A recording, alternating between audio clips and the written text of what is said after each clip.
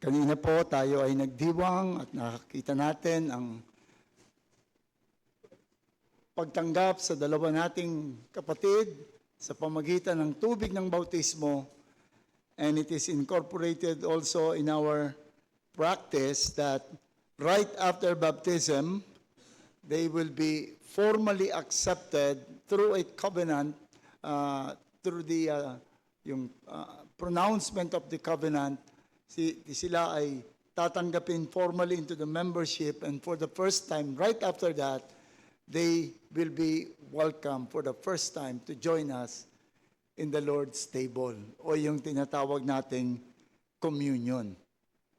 Kaya hayaan nyo na ito ang atin pong pag-usapan ngayon, ang tungkol sa Lord's Supper. Ito po ay matatagpuan natin ang isa sa mga record nito doon sa Mark chapter 14, verse 22 to 26, kung saan ang ating Panginoon mismo ang nagtatag o nag-institute nitong Lord's Supper. Mark 14, 22 to 26, and it reads, "And as they were eating, Jesus took bread, blessed and broke it, and gave it to them, and said, 'Take, eat. This is my body.' Then he took the cup, and when he had given thanks, he gave it to them, and they all drank from it. And he said to them, 'This is my blood of the new covenant, which is shed for many. Assuredly I say to you, I will no longer drink of the fruit of the vine until the day when I drink it new in the kingdom of God.' And when they had sung a hymn, they went out to the Mount of Olives." Let us pray as we prepare to discuss this truth. Salamat po aming Panginoon na muli meron kaming opportunity to listen to your voice through your word. We pray, Lord, that again, that you would speak to us, that you would grant us the clarity of mind, the openness of the heart, and the humility of the Spirit, that we might benefit from your word. At muli kaming humihingi, Panginoon, ng patnubay at gabay para sa iyong lingkod na gagamitin mo na maghahatid ng iyong katotohanan. Sa pangalan naming Panginoong Jesus. Amen. Okay, at katulad po ng nabasa po natin at katulad ng ating nasaksihan kaninang umaga na yung symbolic gesture is being said o binibigay sa atin as if that was the actual thing that happened. Katulad kanina, when we baptize somebody, we baptize them into Christ. But we know that that baptism is not really the thing that joined us to Christ, but it is an expression of what truly happened. Here again, in the Lord's Supper, we were commanded to take, eat. This is my body. But we know that there is nothing magical about that bread. Hindi ito naging tinapay na naging katawan ng ating Panginoon. But the language, if we would study the language of Scripture, we would see that this statement simply means that this is what we proclaim to be. And so tignan po natin itong Lord's Supper nito sa kanyang pasimula. Let us look at the setting. Ang sabi sa atin, as they were eating. So the Lord's Supper was inaugurated during the time that they were said to be eating. Ano ba yung eating na ito? Hindi po ito pangkaraniwang pagkain. Remember that they were in the upper room celebrating the Passover. Kung titignan po natin yung earlier chapters in beginning Mark 14:12, na ito po ay first day of the unleavened bread, na ang sabi sa atin, when they killed the Passover lamb, his disciples said to him, "Where do you want us to go and prepare that you may eat the Passover?" At pinadala niya yung kanyang dalawang alagad at mayroong mga secret indicators na magsasabi sa kanila kung saan kakainin yung Passover. At pagkatapos, so nung verse 16, nang magawa nila lahat, his disciples went out and came into the city and found just as he had said to them, and they prepared the Passover. Yung pong Passover was one of the most important event, if not the important event, in the Jewish nation. In fact, yung Passover marked the beginning of their year. Ito yung kanilang New Year. Yung Passover at yung mga pangyayari symbolized or celebrated in the Passover. It was the commemoration of that great mercy, the grace, and the power of the Lord in freeing them. We find this recorded in Exodus chapter 12. Pinalaya sila sa kanilang 400 taong pagkabilanggo, sa kanilang 400 taong pagiging alipin dun sa Ehipto. At maraming pagkilos ng Panginoon, and ultimately, God sent an angel of death. Dahil ayaw silang palayain ng Pharaoh of Egypt, ayaw silang payagan na maging malaya at kailangan sila bilang mga alipin, God sent an angel of death to slaughter all the firstborn of Egypt.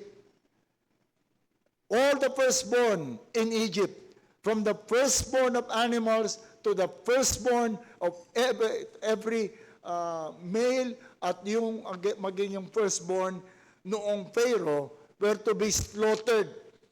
But prior to the coming of the angel of death, inutusan sila ng Panginoon na if you do not want to be killed, yung firstborn nyo, not to be killed by the angel of death, kumuha ka ng isang tupa without blemish. Isang perpektong tupa, kakatayin mo yon nung gabing yon, at yung kanyang dugo ay ipapahid doon sa doorpost and lintel of the house. And so when the angel of death will come at nakita na meron ng dugo doon sa kanilang poste, the angel of death will not enter to kill their firstborn, but instead would pass over. Lalampasan sila. Lahat ng may dugo doon sa kanilang sa poste at sa pinto, lalampasan ito ng angel of death, and they will be spared.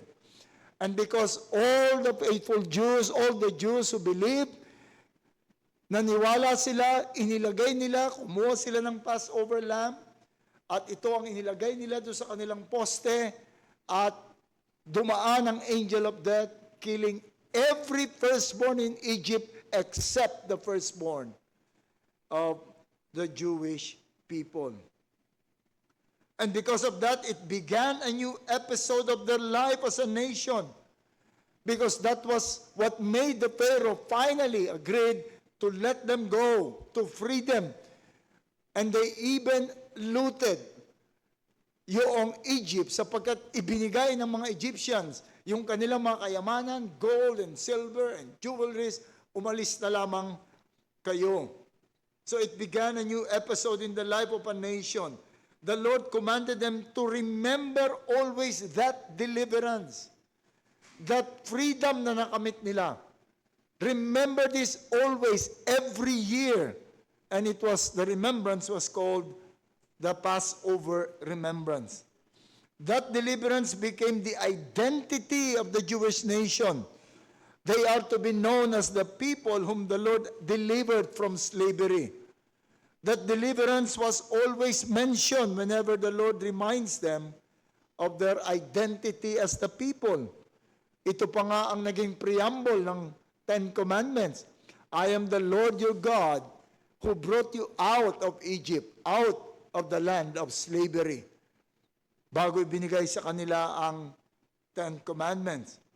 And to celebrate the Passover is to remember that deliverance. Hanggang ngayon, sineselebrate pa rin ng Jewish people itong Passover. Even Christians, the Jewish Christians, they no longer belong to the Judaizers. Hindi na sila kasama sa Jewish religion. But they, as Jews, remember yung historic value nitong Passover, that we became a nation because of that event. And so every year, people from all over the world would gather, not people, Jews from all over the world would try their best na makapunta doon sa Israel to celebrate the Passover, or even in the places where they celebrate the Passover. At napaka ceremonial nitong Passover. The Passover celebration will begin with the presiding person or the host pronounce a blessing. Nandiyan na yung mga pagkain, magpo-pronounce siya ng blessing called the Kiddush. That was the blessing over the first cup. Merong isang cup na kanilang iinumin. The presiding person would drink the cup and then he would pass it around and everyone else would share. Ipapass around niya yung pagkatapos niyang mag-bless at tapos nainom niya.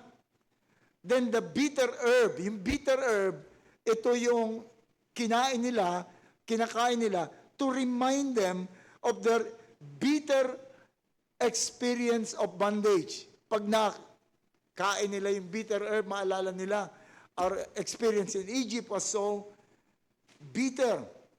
At ito ay isinasawsaw nila doon sa fruit sauce na tinatawag na haruset, which is a fruit sauce, and they will eat it.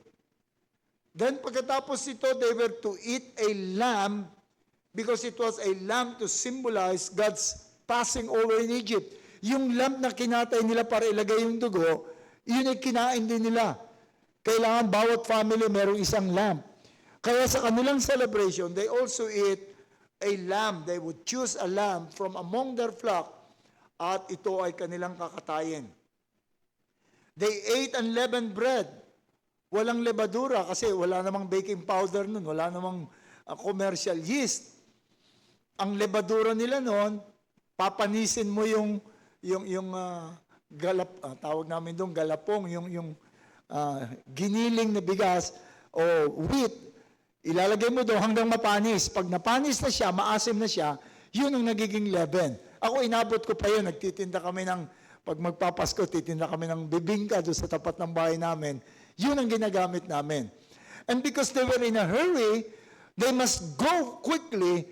They did not have time to make leaven. And so what happened is that yung kanilang, bago sila umalis, kailangan nila mag-bake ng tinapay. Pero dahil walang leaven, so unleavened bread yung kanilang nagawa. And so in their celebration, they will eat unleavened bread. Then came the lecture on the meaning of the Passover. Magle-lecture, magsasabi sa kanila para yung mga bata, alam nila kung ano ang tungkol dito sa Passover. Then they would take the second cup. The leader would take unleavened bread and he would bless God. He would break it and hand it over to everyone. And then that would start the meal. Pagka binrake na yung bread, unleavened bread, at ipinamigay na, doon na magsisimula yung meal. The breaking of bread marks the beginning of the meal, then the Passover meal was eaten. Yun na lang hinihintay nila at magkakaroon na silang kasayahan, agape meal na sila. When the Passover meal was done, the host prayed and then took the third cup again, a cup of wine, and prayed, and they will drink it.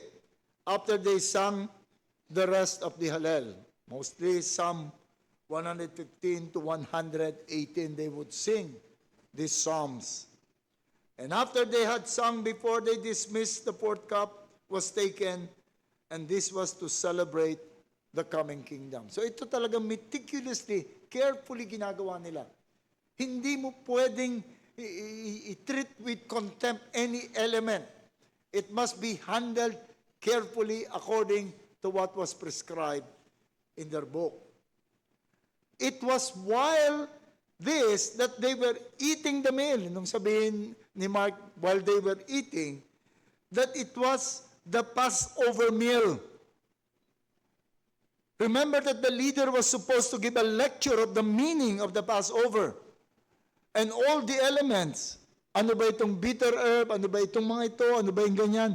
But instead, Jesus, after breaking the unleavened bread, instead of explaining its relationship with the Passover, we are told that Jesus said, "Take, eat, this is my body."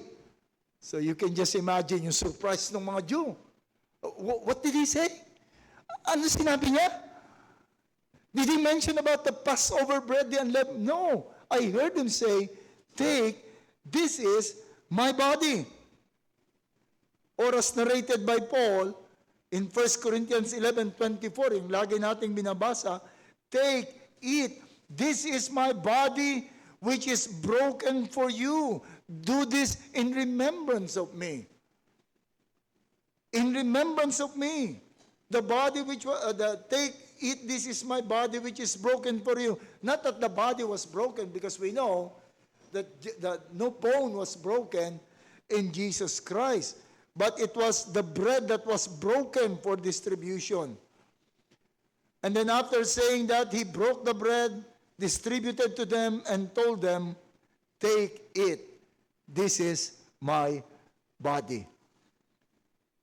I can imagine yung mga mukha ng kanyang mga alagad. Ano ito? Ano yung sinasabi ng ating Panginoon? And after the meal, he took the third cup. And we know it was after the meal because Luke said, he also took the cup after supper. Tapos na. Dapat he will be talking about the kingdom. Or after he had supper. He was supposed to explain the blood of the Lamb, that because of the blood of the Lamb, symbolized by this cup, hindi dumaan yung angel of death. But instead, Jesus Christ said, "Drink this is my blood, the new covenant in my blood. Take and drink it." It is no longer representative of the bread during that first Passover. No longer the wine of the lamb that was killed in that fateful evening, but it became the body of Christ and the blood of Christ. It is no longer representative of Passover. Now you no longer remember Exodus. As if Christ was saying, "You are now to remember me." That very important celebration of it now reminds you of me, the Lamb of God. Something more significant than the Exodus is my giving of myself, the giving of my blood. Mas mahalaga ito. Probably was thinking, or he was telling them, lahat yung mga lumabas from the Exodus, hindi naman sila lahat end up in heaven. Some of them even died. In fact, when I say some of them, it's an understatement. Because the truth is, nobody from among them, except two, entered the promised land. So yung inaalala nilang Passover, hindi pinakinabangan ng lahat sa kanila maliban doon sa dalawa. Not all those who benefited from the deliverance from Egypt end up in heaven. But all who will benefit from the body and the blood of Jesus Christ will be eternally blessed in the presence of God in heaven, in that kingdom. So pinakita niya yung kahalagahan at greater significance noong Lord Supper. Na bakit po mahalaga itong transition na ito? Remember, malapit na pong mamatay ang ating Panginoon. That was the night in which he was betrayed, according to Paul. The following morning, he would be brought to the high priest, and he would be judged, brought to Pilate, and ultimately will be crucified. Remember that at that point, the Lord was dealing with the Jews. Wala pong iba, walang Gentile doon, mga Hudyo lamang po yun. The Jews are the people whom God has chosen to be His covenant people. Wala po siyang itinanging ibang bansa, wala siyang kinilalang ibang bansa, maliban sa mga Hudyo. And He made a covenant with the Jew. A covenant is an oath-bound promise, and that promise was that the kingdom of God will be all its blessing. You will represent the kingdom of God, and we offer you the kingdom of God. Come enter in the kingdom of God. This covenant with the nation of Israel was inaugurated by the blood of the Passover. The Passover lamb, and was maintained by the blood of animals. Yung Passover lamb, nagsimula sila sa nation, and then throughout their life, when they sin, they would slaughter a lamb. When they want to thank the Lord, papatay sila ng hayop. Kapag kami hihilingin sila sa Panginoon, papatay uli sila. It was inaugurated by the blood of the lamb, and it was maintained by the blood of animals. But these people, to whom this covenant was made, always breaks the covenant to the point of seeking other gods. Hindi nila pinahalagahan yung covenant ng Panginoon, yung kanilang relasyon sa Panginoon. The Lord was not about to abandon that oath, yung oath-bound promise niya. So He promised through Jeremiah and Ezekiel that I will make a new covenant with the people of Israel. I will make a new covenant, and that covenant will be different. That covenant will be accompanied by the change of heart of the people. We find that in Jeremiah 31 and Ezekiel 36. And now here, that covenant was replaced by another that will ensure the deliverance of the promise. The difference was that this blood will seal the covenant for all eternity. Because it is not the blood of animal that would seal the covenant, just like in the Old Testament, but it is the blood of Jesus Christ Himself. So it would be an eternal, gracious covenant. So what do we have at the Lord's Supper? We have at the Lord's Supper a reminder of the significance of that greatness of that covenant. Pag tinignan mo ang history ng Jewish people, how they broke the covenant of God, and then look at the covenant na binigay dito sa atin under the new covenant, na ito ay it's an eternal covenant that cannot be broken, sealed by the Lamb of Christ Himself. Kahit ito ay tinanggap, ang sino mang kasama sa covenant na ito ay tinatanggap ng Panginoon for all eternity. So nakita natin, kaya meron tayo ngayon na mga elemento nitong covenant na ito, na kinuha, hinango from the Passover at inilipat, pero mapapansin nyo, hindi po lahat ng elemento. There was no bitter herb. Wala na nung lamb na kakainin. We have the bread that was broken. When He said, this bread is my body which was broken for you, does not mean that the body was broken, but the bread for distribution. What they ate was the unleavened bread, but no significance was given doon sa pagiging unleavened niya. Walang significance na binigay. Ang isa lang significant about the bread is it is one bread. One bread. It is wrong, yung ostyang ginagamit ng ibang mga iglesia, that's wrong. Because in 1 Corinthians 10, ang sabi sa atin, because there is one bread, and so it must be one bread. The emphasis was what it symbolizes. The body was for you. There is significance, though, on the singleness of the bread, because there is only one body of Christ. And then we also have, na-transfer din yung cup. Some gives emphasis on the singleness of the cup from where all drank. Meron pong mga churches, may kilala tayo na isang Reformed Baptist Church. Isang cup lang talagang ginagamit nila. Hindi ko lala kung paano ginawa nila ng COVID. Isang cup lang yung ipapasapasaan kasi this cup is singular na sinabi ng ating Panginoon. But the emphasis is not also in the cup, but the content of the cup, which is wine, symbolizing the blood. The word was even more specific, fruit of the vine. not even cup, but the fruit of the vine, from the Hebrew liturgical term for wine. The wine reminds of blood, not just blood, but the sacrificial blood. And so together they constitute the symbol, the sacrificial death of Jesus Christ, the ultimate sacrifice he made by the blood of the Lord that sealed the new covenant. Members of the covenant are guaranteed all that his blood purchased and won for us.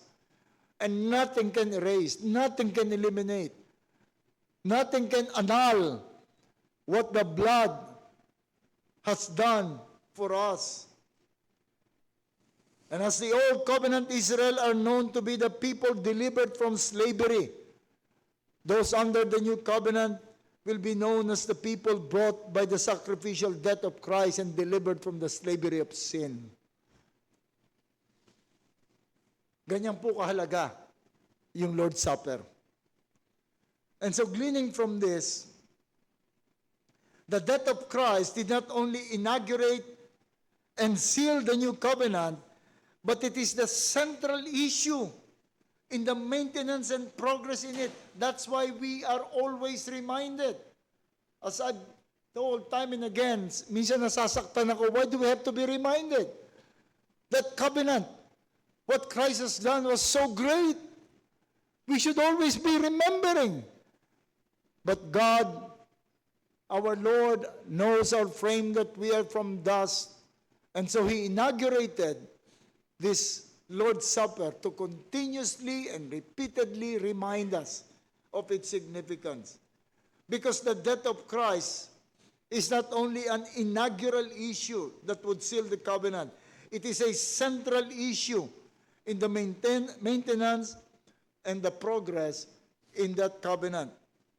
The institution of the Lord's Supper indicated that the Lord wants us to remember this always as one who died to seal his covenant. The Apostle Paul expressed that I desire to know no one but only Jesus Christ and Him crucified. We were given the gospel that emphasizes the payment He did by His death. That's the emphasis of the gospel. The death of Christ. Upon believing, we enter the covenant community by a symbolic rite. And what does that symbolic rite represent? It is again the death and resurrection of Jesus Christ. Ganun kahalaga yung kamatayan ng ating Panginoon. And we are to maintain this institution of the Lord's Supper to constantly remind us of His death.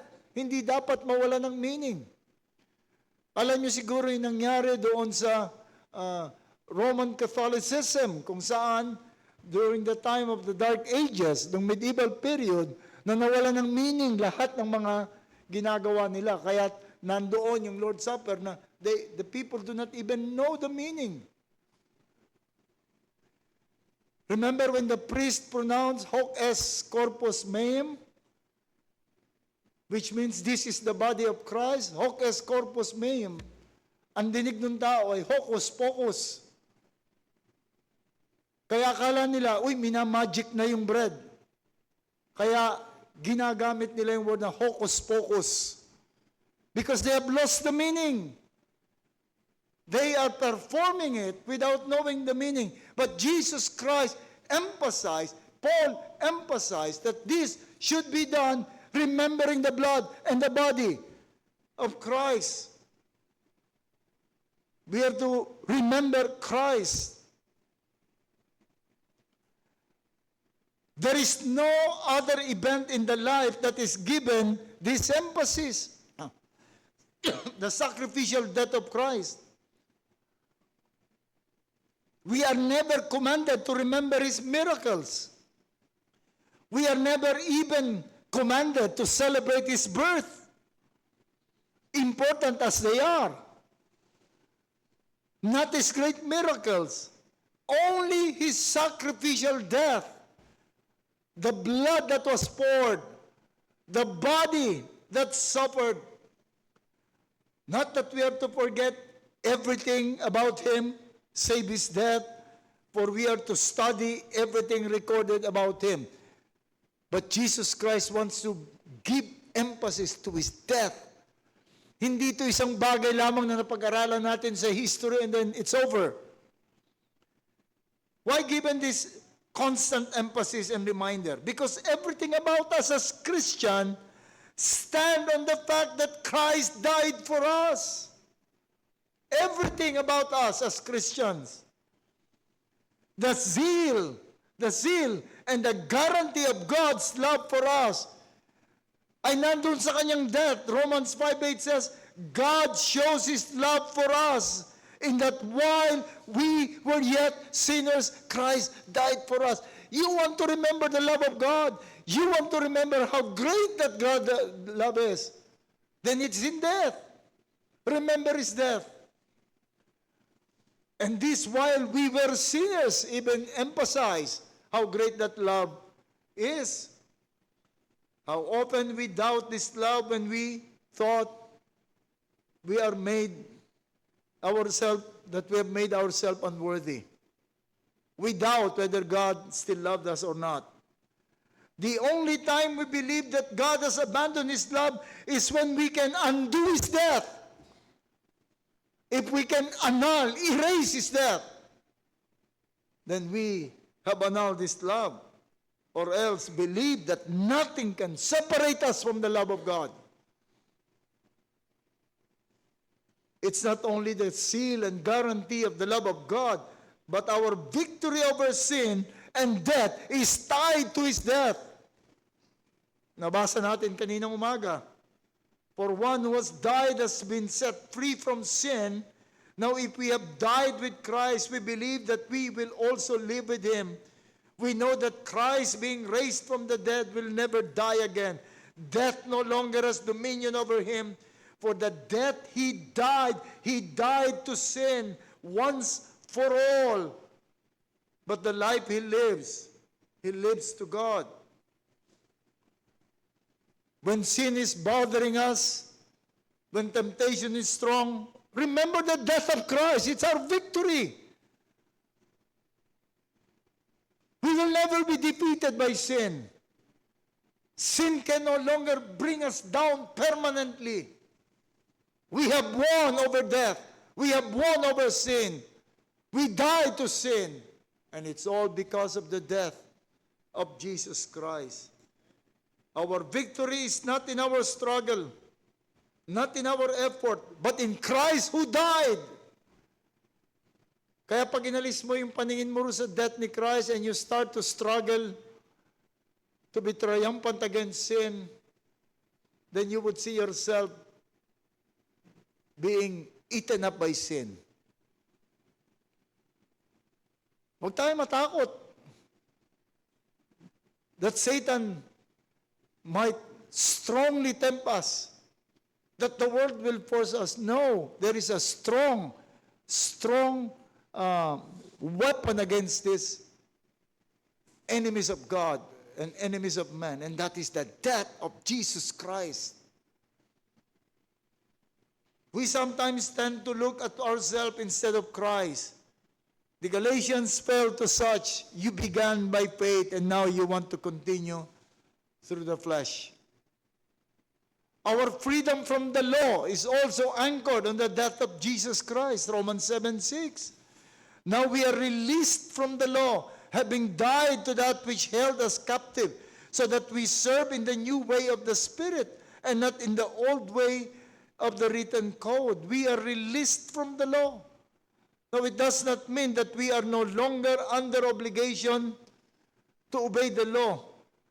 We are still bound to obey the law. The law is God's demand for us. But the difference is we are no longer under the curse of the law. The law can no longer say, if you will not obey me, you will be cursed. If you will not follow me, you will, God's wrath will be upon you. The law can no longer say that. We have been freed from the wrath of God. We have been freed from the curse of the law. We still sin, And sometimes when we do, we look at self and see again the inability and remaining sin and begin to think of God as an angry God. God will be angry and will judge and punish you only if you can undo the death of Jesus Christ. That's the only time that we should, we have the reason to fear punishment from God, to fear the curse of God. If you can erase Christ, if you can erase the death of Christ, then fear the wrath of God. And the death of Christ not only freed us from the law, the death of Christ not only sealed and guaranteed the love of God, the death of Christ is not only our sure victory, but it sealed our relationship to Him. 1 Peter 3:18, for Christ also suffered once for sin, the just for the unjust, that He might bring us to God, being put to death in the flesh, but made alive by the Spirit. We were reconciled to God by the death of Jesus Christ, not because of anything that we have done, but by the death of Jesus Christ. How can you break that relationship? How can anyone say God is breaking His relationship with you when Christ gave His life to seal that relationship? So that is the value of Christ's death. Kapag mineditate po natin ang lahat ng iyon, then you would see kung gaano kahalaga at kabigat ang kamatayan ng ating Panginoon. Ang katotohanan at ang mga na-accomplish ng kanyang kamatayan. And again, I don't know how you can fall asleep in this kind of reminder of that great and glorious event. And what is the call? Do this in remembrance of me. In remembering Christ and Christ crucified. Do, join, perform the Lord's Supper with all this significance and meaning to remember. You know, pag sinabing do this in remembrance, it's not just recalling in memory. Oh yes, Christ died. Oh, while I'm eating, I know Christ died. No. To remember is to have a deep-seated attitude of heart and regard to the object of remembering. It's a very strong word. Remember how Noah was saved from the flood. How Noah survived the flood and all the animals with him. You know how? Genesis 8:7. God remembered Noah. Do you imagine, sabihin ko, nakalimutan ng Panginoon, God was very busy. Oh, by the way, Noah was there. No. It means God paid a close and caring attention to all His promises, to all that He wants to accomplish in Noah. God remembered Noah. That's the significance of word remember.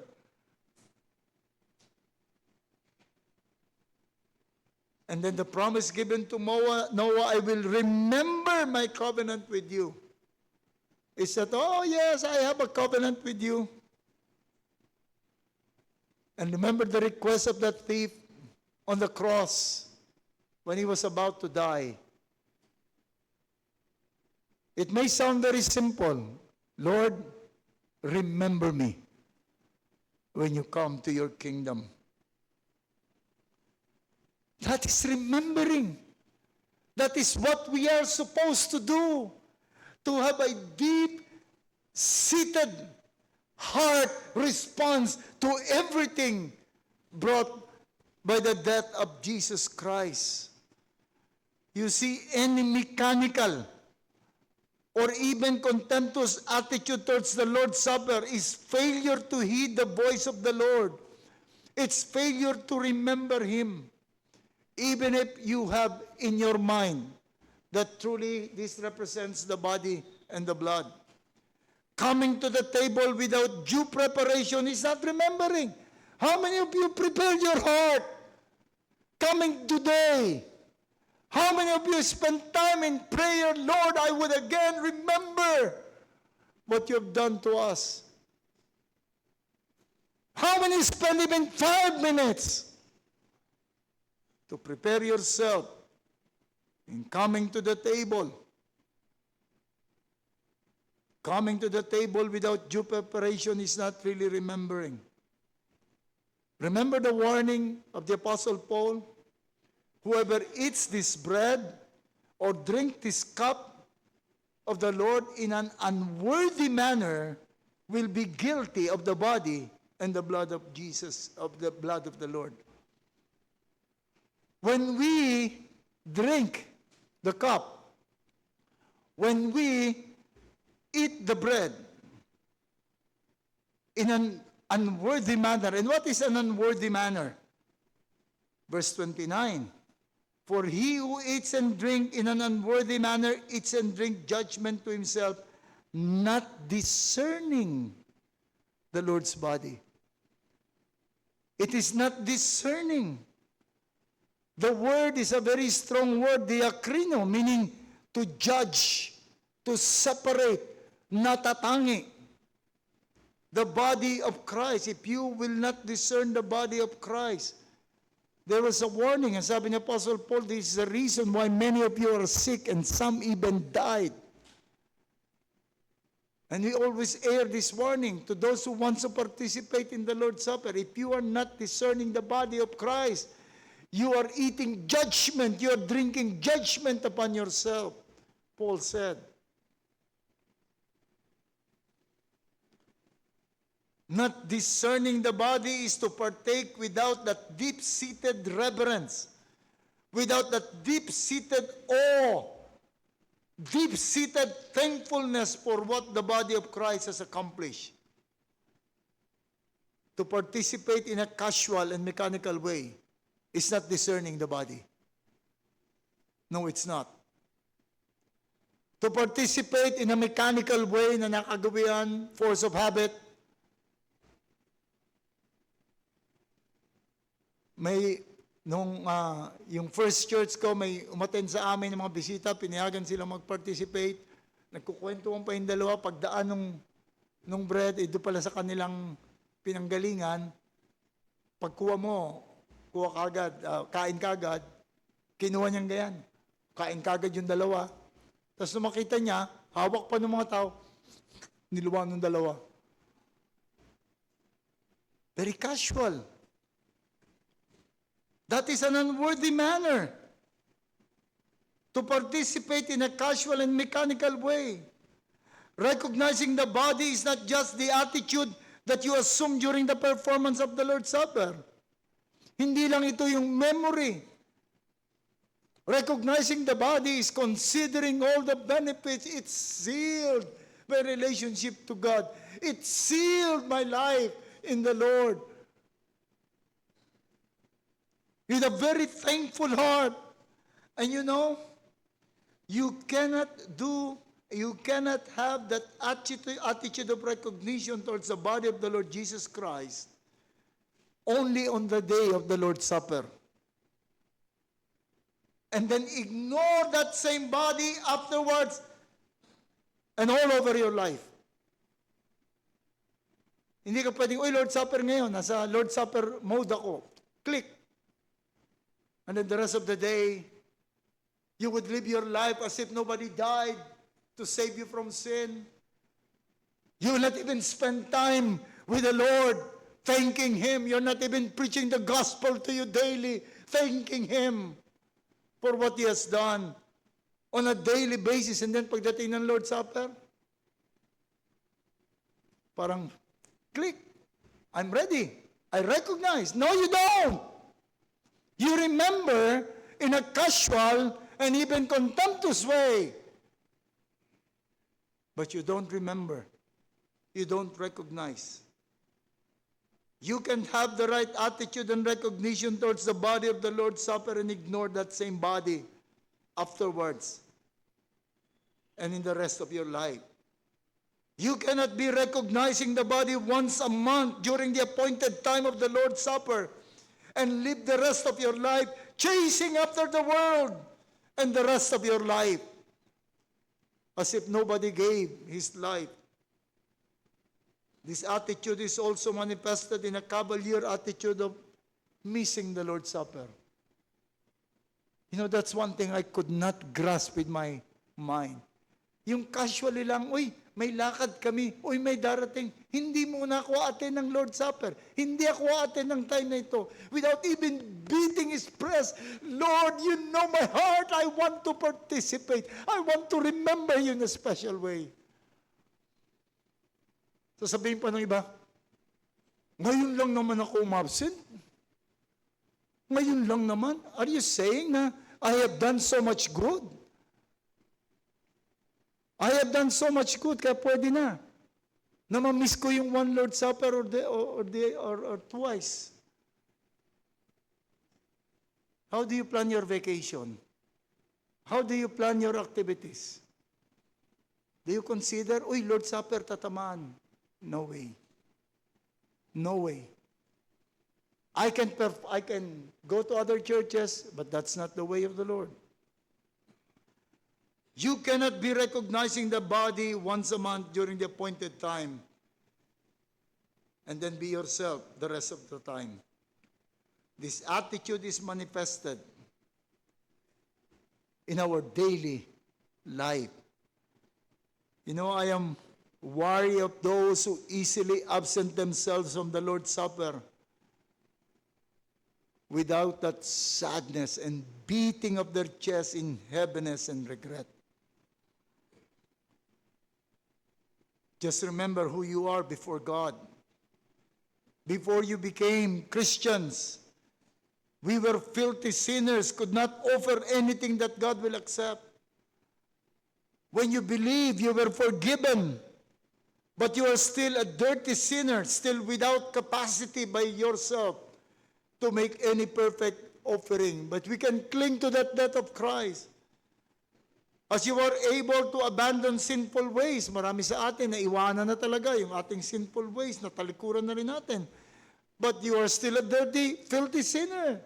Kahit na iwanan mo na yung mga bagay na yon. But we can still cling to that death of Christ. But because Christ died, He offered His body and poured His blood, we will always be perfect before God. I don't know if that will not excite you. If that will not draw you to His church and to His special presence, I don't know what can. When sin is bothering you, seems to be stronger, do not look at yourself for power and strength. You have none to look. You have none. You have no power. But look to Christ. When being aware of our remaining sin seems to be a wall that blocks us to God, do not begin to try to break that wall, but go to the door. Jesus Christ who died for us. But I know that not everyone here can say the same. Though there are those who are not yet in Christ, still will not commit themselves to Christ in repentance and faith. When you sin against Him. Your sinfulness makes you even more filthy before Him. And when you sin, you're simply piling up wrath against wrath. But there is no remedy. Wala kang pwedeng tignan, wala kang pwedeng kapitan. Especially when you face God. You know, we are no better than you are. We also sin. Nahuhulog din kami sa kasalanan. But you know the difference? We have a Savior we can cling to. We have a Savior who would seal that relationship. We know that there is no more condemnation to those who are in Christ Jesus. to those who walk according to the Spirit. And so I plead with you, mga kapatid, let us not have a cavalier, a casual attitude towards Lord's Supper. And every Lord's Supper, and every day in fact, prepare ourselves for that. And let the unbelieving members of your family see how you value this. Let us preach the gospel by our life and the way we show how we value the death of the Lord. Let us pray. O aming Panginoon, we know that we can never be perfectly prepared and righteous to participate in the Lord's Supper. But Lord, bring us to repentance and faith. We pray for those, Lord, who are taking this Lord's Supper in a very casual and light way. We pray, Lord, that you would convict them very strongly that we might repent and not suffer the consequence of partaking of the Lord's Supper in an unworthy way. Hayaan mo, Panginoon, na as we partake of the bread, as we drink the cup, we would truly remember our Savior who loved us and died for us. And we love Him. And willing to suffer and die for the sake of His glory. Thank you, Father. In Christ's name, amen.